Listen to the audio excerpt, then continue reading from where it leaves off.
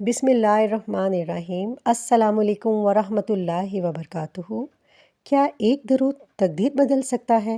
جی ہاں، آج ہم بات کریں گے درود ابراہیمی کے فوائد کے بارے میں۔ کیا آپ پریشان ہیں؟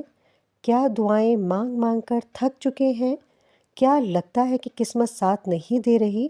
تو رک جائیں، کیونکہ آج میں آپ کو ایک ایسا راز بتانے جا رہی ہوں جو آپ کی تقدیر بدل سکتا ہے، صرف ایک عمل سے۔ وہ عمل ہے درود ابراہیمی، وہی درود جو ہم ہر نماز میں پڑھتے ہیں، لیکن اکثر اس کی طاقت سے غافل رہتے ہیں۔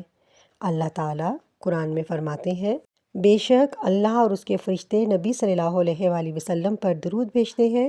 اے ایمان والو، تم بھی ان پر درود و سلام بھیجا کرو۔ سورہ الاحزاب آیت نمبر 56۔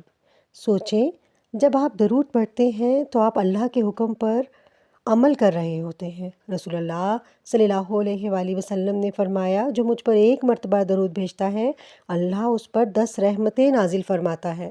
صحیح مسلم 408۔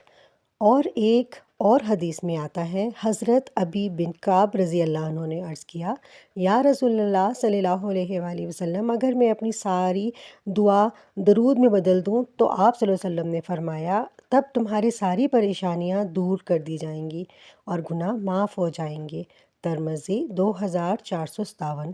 اصل راز یہ ہے کہ درود صرف الفاظ نہیں، یہ اللہ اور اس کے محبوب صلی اللہ علیہ وآلہ وسلم کے درمیان ایک خاص تعلق ہے۔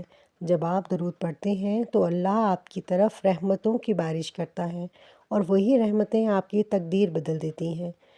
عمل نہایت آسان ہے، آج سے ایک عادت بنا لیں، روزانہ کم از کم 100 بار درود ابراہیمی پڑھیں، خاص طور پر فجر اور عشاء کے بعد، اور پھر دیکھیں کس طرح اللہ آپ کے حالات بدل دیتا ہے۔ یاد رکھیں، درود وہ کنجی ہے جو بند دروازے بھی کھول دیتی ہے۔ تو آج سے شروع کریں اور اپنی تقدیر کو بدلتے دیکھیں انشاءاللہ تعالی۔ ایک بار میرے ساتھ بھی درود پاک پڑھ لیں۔ اللہم صلی علی محمد وعلی آل محمد کما صلیت علی ابراہیم وعلی آل ابراہیم انک حمید مجید۔ اللہم بارک علی محمد وعلی آل محمد کما بارکت علی ابراہیم وعلی آل ابراہیم انک حمید مجید۔